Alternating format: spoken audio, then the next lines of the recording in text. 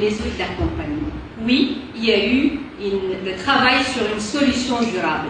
Oui, alhamdoulilah, nous sommes en train de réussir de mettre en service cette solution durable. Et on ne se contentera pas de ça, parce que nous sommes en train de travailler à l'étape d'après. Quelle est l'étape d'après? C'est l'augmentation ou le dédoublement de la production et la multiplication par un facteur de 2 de la production dans tous les sites existants, notamment Idini et Artourstad. Idini, le projet actuel qui avance à un rythme plus que non, jarta ɗum kam match sur deux.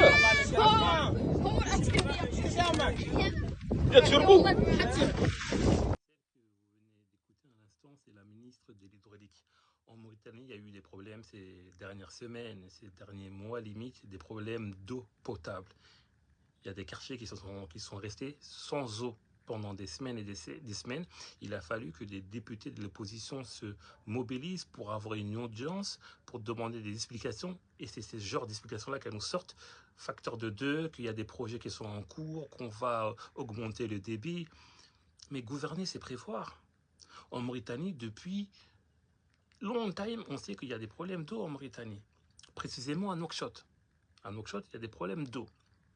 C'est cyclique, ça revient tout le temps, chaque année, ça revient, on le sait. Mais même pour des problèmes techniques, c'est à l'État, en l'occurrence au département du ministre de l'hydraulique, à anticiper là ces problèmes. Vous avez tous les moyens financiers, les moyens techniques, les moyens humains pour anticiper ce genre-là de problème. C'est pas possible que dans un État qui se respecte, pendant des semaines, des citoyens et citoyennes n'ont pas accès à l'eau. Ça a affecté des établissements publics, carrément des établissements de santé et autres, et j'en passe. Mais c'est une folie.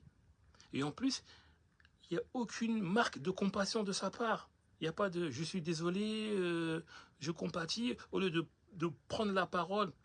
Parce qu'elle aurait dû prendre la parole sans qu'on la sollicite pour donner des explications. Mais comme c'est dans un système qui ne vit que par la corruption, qui ne vit que par le tribalisme, qui ne vit que par le clientélisme, qui ne vit que par le racisme, ça donne ça. C'est des personnes, on ne met pas les bonnes personnes à la place qu'il faut. Parce que ces ministres-là, en l'occurrence la ministre de l'hydraulique, mais aussi les autres ministres, ils sont dans leur maison, ici et là, à Travaxen, ils ont leur balcao, ils ont leur système, ils ont tout ce qu'il faut.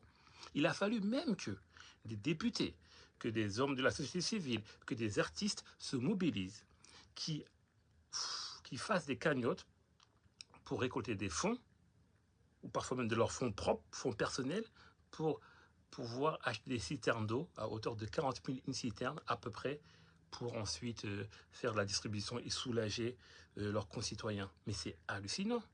Normalement, ça, c'est à l'État d'anticiper, de prendre en charge cela. Il sait très bien que, bon, on peut avoir un problème technique. Ben, écoutez, pendant 1 mois, 2 mois, on va distribuer l'eau gratuitement pour les usagers.